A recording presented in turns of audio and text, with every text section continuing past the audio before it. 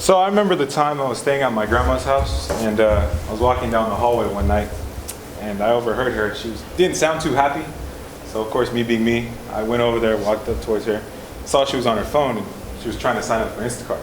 She looked so angry, just to the point where she could just throw her phone.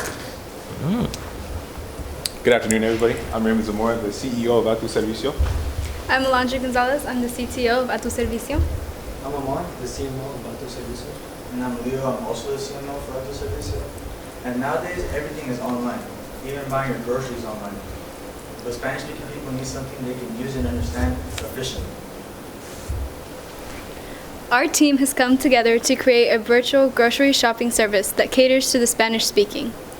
Our goal is to change online grocery shopping to reflect inclusivity. We live in a time where technology is all around us, but is it really made accessible to all of us? We've noticed certain problems with certain service advancements, and we've made a solution accordingly. Coming from a Spanish-speaking household, we've never really had any apps directed towards us. Even at times when we wanted to stay home and use apps like Instacart, it was still very complicated. So our service has come together. We've come together as a service to not only cater to those who are ordering, but those who are delivering. So we opened up an idea for those who are ordering, so they have an app to use that caters towards them. But at the same time, we've also created job openings for those who want to deliver and who are able to speak Spanish and English at the same time. Later on, with enough profit, we'll be able to create an application for this. But for now, we'll work with what we have. So coming into our total addressable market, we wanted to address California as a whole. And there's approximately 13 million households in California that only speak Spanish. And if we were to get buyers off of that, that'd be around 1.7 million buyers with a total revenue of $410 million. Coming to our serviceable addressable market, there would be around 1.7 million households. That's Fresno County itself, with 1.7 million households that only speak Spanish, with around 42,000 buyers and a total revenue of $10,264,000. And now jumping to our market share, almost half of Fresno speaks Spanish. They only speak Spanish. And we wanted to create an ad campaign that would reach around 5,000 people with around 250 signups. So that'd be a 5% conversion rate. As our main competitors, we decided to research Instacart, and we found out that Instacart doesn't have a translation service, which means they only tend to English speakers. Like any other business, we would turn Instacart's disadvantages into our advantages. This app will help so many fellow Spanish speakers. So like any other sustainable service, we need some form of revenue. So we decided to profit off the deliveries and the membership that we created. The membership is called ATX Premium. It's $10 a month, and it comes with merchandise before it's even released, 7 deliveries, you get 1 free delivery, and discount codes. So with our startup cost mix, it'll cost around $25,000 for our development cost, and our marketing cost would be around $500, and then our administrative cost would be approximately $1,500. So these are our advertisements. The one on the left is our shopper's ad, and the one on the right is our customer ad. We wanted to keep it simple while still using our colors, for basic colors, and we wanted to make sure it catches the customer's eyes.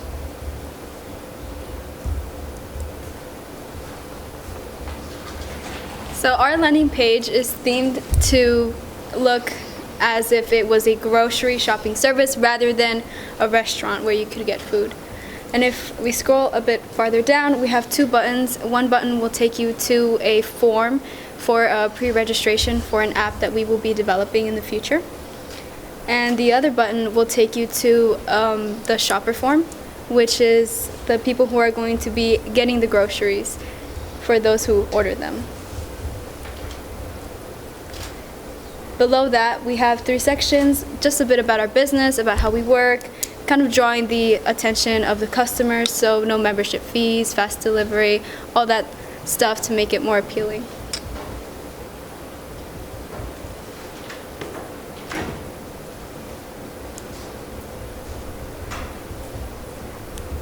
And just below that, we have the search function. And the search function is going to be like the person who goes into our website, right? And they have a specific grocery store in mind. So they would look it up in our search function and see if we would collaborate with said store.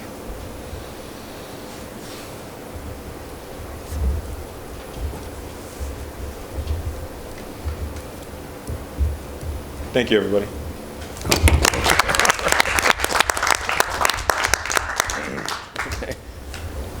Really good intro. Definitely got my attention. I'm really intrigued about this because you guys have pivoted, obviously, a couple of times, and I like the direction that you're going. I think that there's definitely a need for this. So some things I'm thinking, you know, myself coming from a Spanish-speaking family growing up, have you thought about just the cultural aspects of using this kind of app? Because, you know, I think of my parents and I'm like, there's no way my dad would spend even $10 to have someone bring groceries, you know, to his house. He wants to go pick the right fruit, pick the right vegetable. There's just kind of that cultural side to it in the Hispanic community where they do their own shopping. So how do you guys plan on addressing that? Well, for that,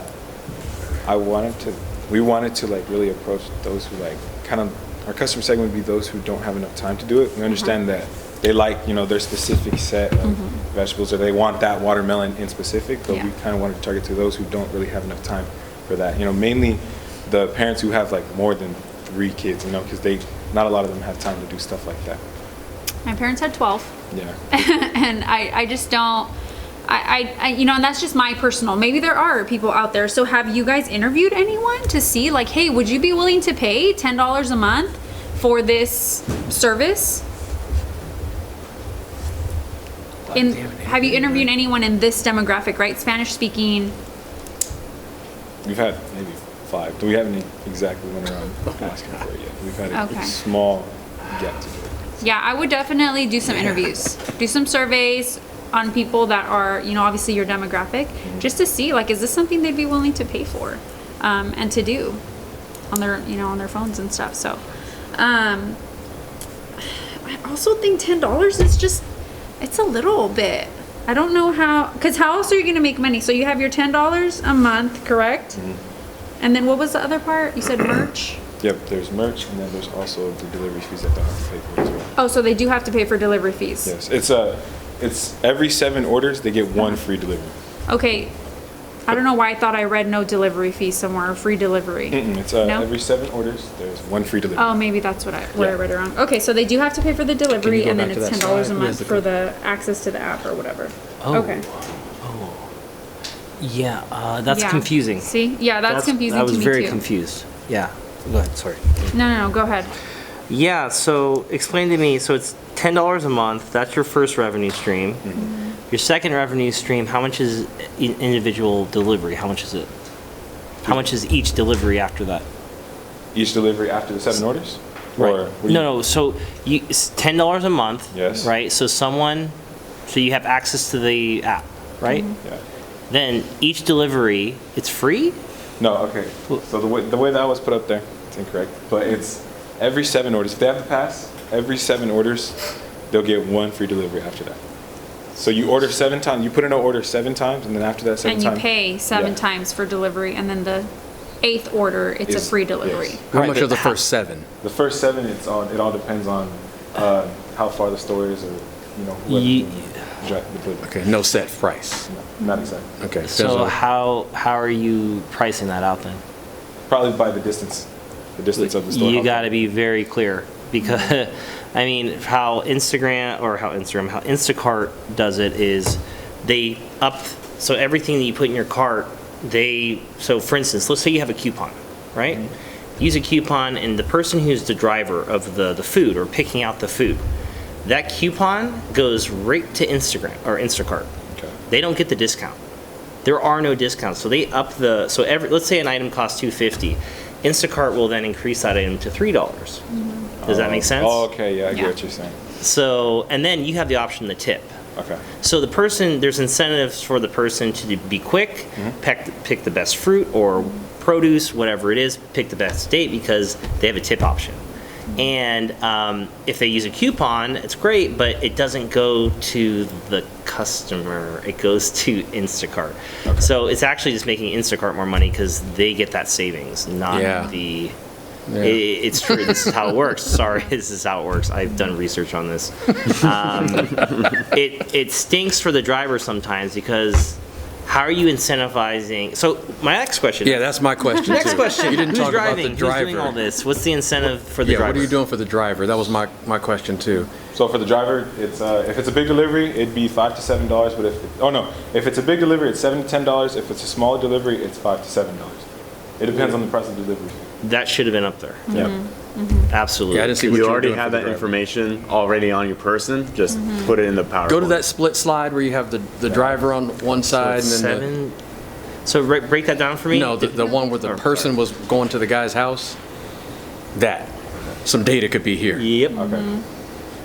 So give me that again. What was the price breakdown per so delivery? if the order is a smaller order, it would be $5 to $7. But if the order is a bigger order, it'd be $7 to $10. How are you determining small and Yeah, big? I'm I was- Is thinking. it by was like thinking- $200 order, $50 order? Or is it based on bags? how many bags, how heavy it is, like what? I was gonna say the number of items, but I also did want to go off of the value of the order. So if it was like over $80 to $100, and then they'd get the $7 to $10. I like the value Yeah. option. I like the value option. I mean, I because think that's what Instacart does, right? I Instacart all the time, and I usually don't pay attention. I guess I should, since you've been pointing that out. it's food. It's not like you would go into a store and get a PlayStation. That's one item, but it's $300 Yeah. or whatever. You know what I mean? But food is one item is not going to be that expensive. So if it's based on dollar amount, that means they're carrying more bags in general. That could work for groceries as opposed to electronics or anything else. I like that option. I was thinking bags at first until you said dollar value. I like dollar value, personally. Yeah, like a percentage of what they spend. So I have a really big worry that you guys could expertly quell my anxiety over this if you say the right things, okay?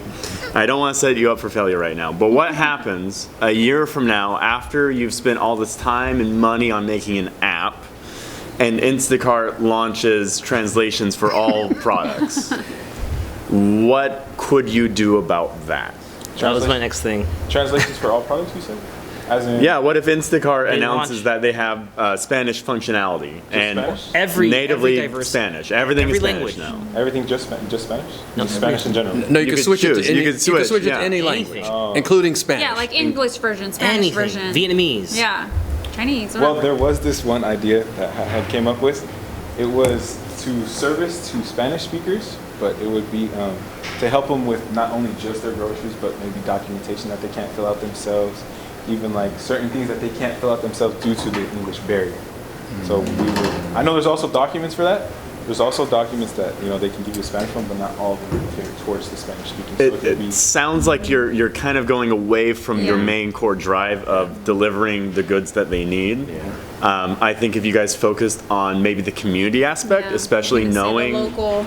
and you're local, and if you directly talk with your customers and know what pain points they have, as opposed to using Instacart. If Instacart, the only downside is that the language barrier is there, they will probably eventually get around to fixing that, I would think, if it opens up this wide market for you. But if you guys did get in early and establish your community, establish that you're local and all that good stuff, I definitely think that there could be something there that would make you less susceptible to when Instacart eventually adds that kind of support in, right? Does Instacart have, I don't know if you know, Kent, since you've done more research obviously than I have, do they have the ability to like, if I like a driver, can I like somehow put him as like Most my of them top don't. 5 or like, no, No. right? Nope. No. Be a cool feature. That would be a cool feature. Yeah. Cool. And I will say, there's another part that I have a gripe with Instacart is that I get veggies that are like about to go Yes. bad. You know, I get the worst looking veggies. So if I had a driver that I knew that they always pick the best veggies for me, I've never had an issue.